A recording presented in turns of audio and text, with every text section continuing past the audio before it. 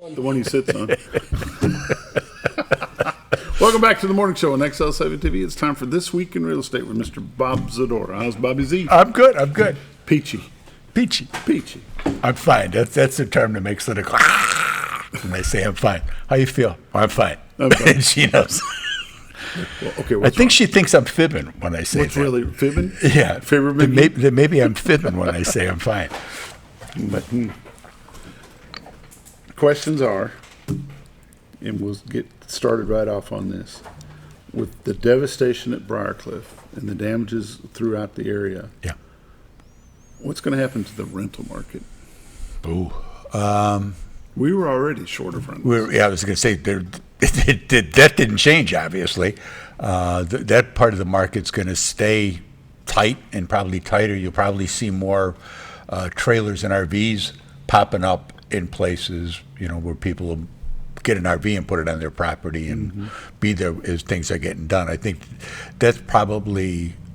I'm not involved in any of the planning or anything, but in my mind, that would be the best way to do it. Have these insurance companies pop for an RV, maybe a mobile home, depending upon the circumstances, but just let people live where they live and keep those neighborhoods, because that's got a lot to do with it. Because if you start to spread people all over, there's going to be a lot of total. Total destruction. They're going to have to go start back from foundation and come back up with whatever, and that's going to it could take years. Oh, it will. You have no doubt. It's going to take years to get back to even a semblance of normal. Yeah. I mean, you look at other states where they've had these things. Kentucky had a bunch of tornadoes a couple of years ago, and they're still, even Joplin, Missouri. That's 10, 11 years ago, and look at where they're at. Yeah. So it's a devastating thing. I mean, we've been really blessed to have so few big storms like this. We had the Gasville tornado, and even at that was. I mean, it was a big deal for people involved, and I'm not minimizing that. But when you go by, there's a lot of that never got rebuilt. There's a lot of vacant lots that are sitting there that never got Lots done. of foundations sitting over there. Right. Slabs. Yeah. So people that were, you'll get some people that'll take the insurance money and say, bye. That's. I think we'll see some of that. It's a tough, and it's so fresh, that. They're not thinking about that yet. They're not, they're not making those life-changing decisions yet.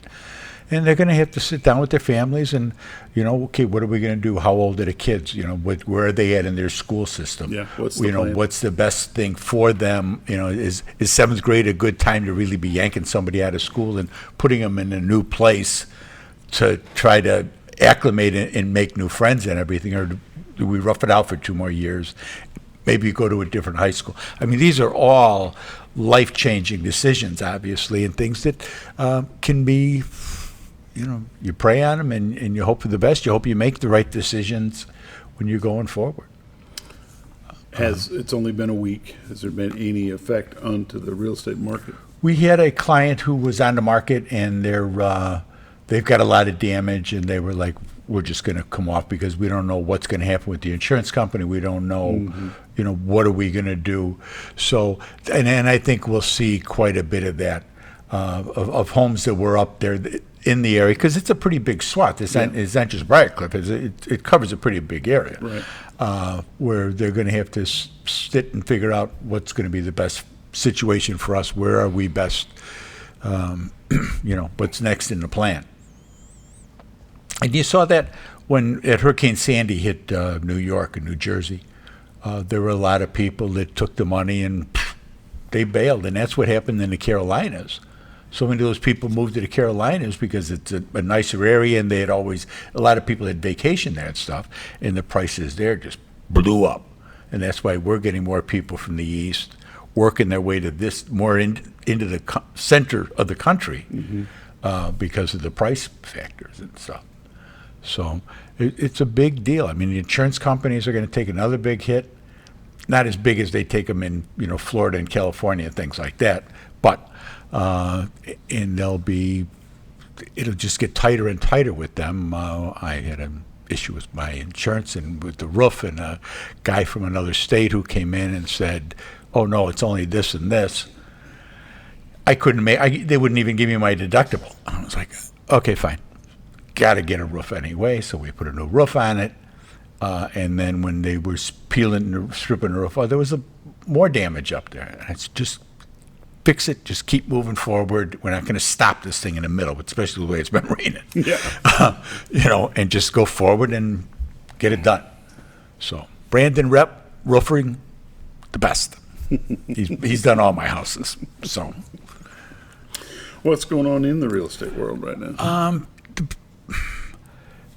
I talk about this fairly regularly, inspections and things like that, and just we're finding people having unreasonable expectations of what a home inspection is and what that report actually means, and what you can ask the seller to give you concessions on or to fix. It's not just like I negotiated, what you thought to be a fair price when you negotiated, because nobody negotiates saying, okay, well, I'll pay this much for it, but I'm hoping I'm going to get this much more from an inspection report.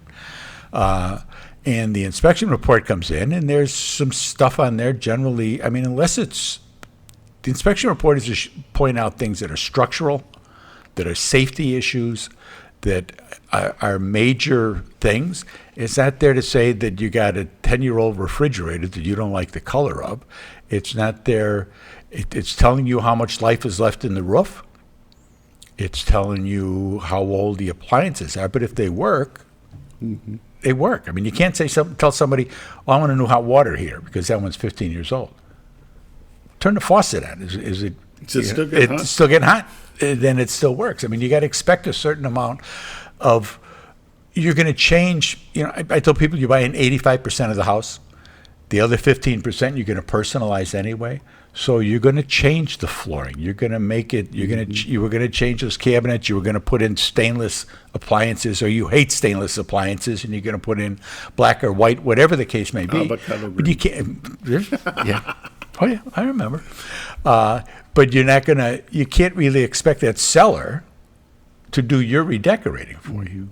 And we're still in a seller's market. There's only so many houses, and there's more people than there are houses, and that's why the prices are going up.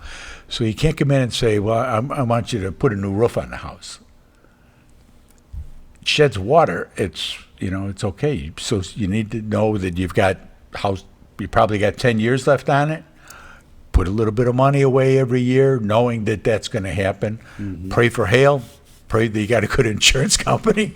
There's things that can happen, and maybe offset some of that. But not everything that you want to have done, that you have a personal picadillo with, that seller's not going to pay for that. And a lot of them can't. They've got a mortgage. They maybe have an equity loan that they took out somewhere along the line. They're just strapped, and that's partly why they're selling the house. And if it's a VA loan or an RD loan, you can't give a credit. Sometimes you can give a credit at closing. We just closed one Wednesday, and there was some issues with the house, and we were back and forth and negotiated. Okay, we'll give you this much at closing, and you do the work, you do whatever it is you want to do, which we're generally better off doing anyway, having the buyer do their own work, so that if something comes up 6 months later from that work, they can't say, well, yeah, you just put a cheap stuff in and it didn't, you cheated me. Here's the money, you do your own work.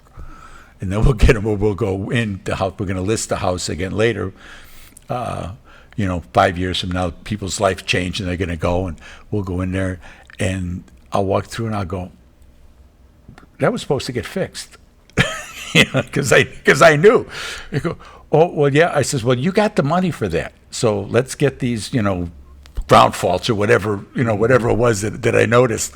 Let's get them all done, because next guy's going to call them out too.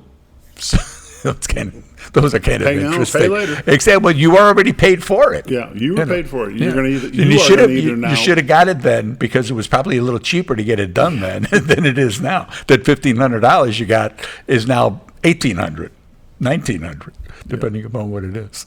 Shoot. So, but the inspections, they're there to, like I say, for safety issues. It's not there to get you because you don't like the color of the carpet or things like that.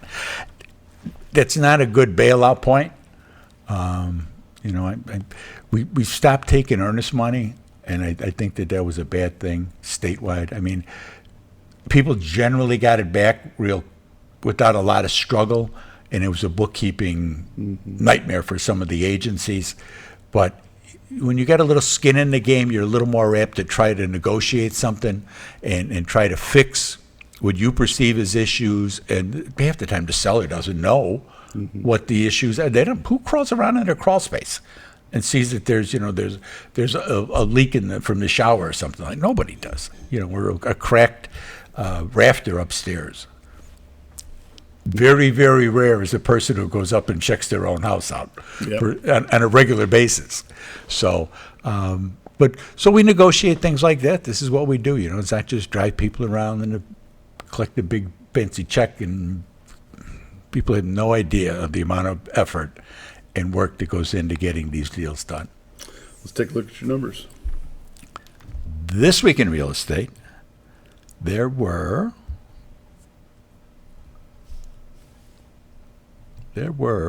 really? It was just up. It was just up. Oh, there it goes. There were 46 new listings came on the market, 4 commercial properties, 8 parcels of land, 34 homes came on the market. They range in price from $50,000 to $649,000, and 5 of them are taken back up. So the market's there's still a lot of activity. There were 42 sales, 2 commercial properties, 14 parcels of land, 25 homes sold. They range in price from $52,000 to $310,000. Average sale price this week was $180 with 96 days on market. 4 properties expired. There were 16 residential price changes, and there's 43 residential pendings waiting to close. Currently, there's 316 homes listed on the MLS. Year to date, for 2024, there's been 398 homes have sold for $95 million. Average sale price this year is $239 with 96 days on market. Last year, there had been 395 homes that sold with an average sale price of $217,000 with 91 days on market. And like I mentioned last week, this year there's been 5 homes over $1 million, $1.5 million that have closed. Last year there was 1. There's a number of homes in the 8s and 9s that have closed this year. Last year there weren't as many, so that's where a lot of that average sale price is coming from. It's coming from the top end. It's not coming from the middle. It's from that average. So people get kind of confused with that as far as I should be able to get. Well, that's because that guy got, and there aren't a lot down there that are coming on. So if you need anything real estate wise, that's what we do all day, all night. Give my honey a call. She's at 870-405-0793. Check out the website, retiredtoarkansas.net.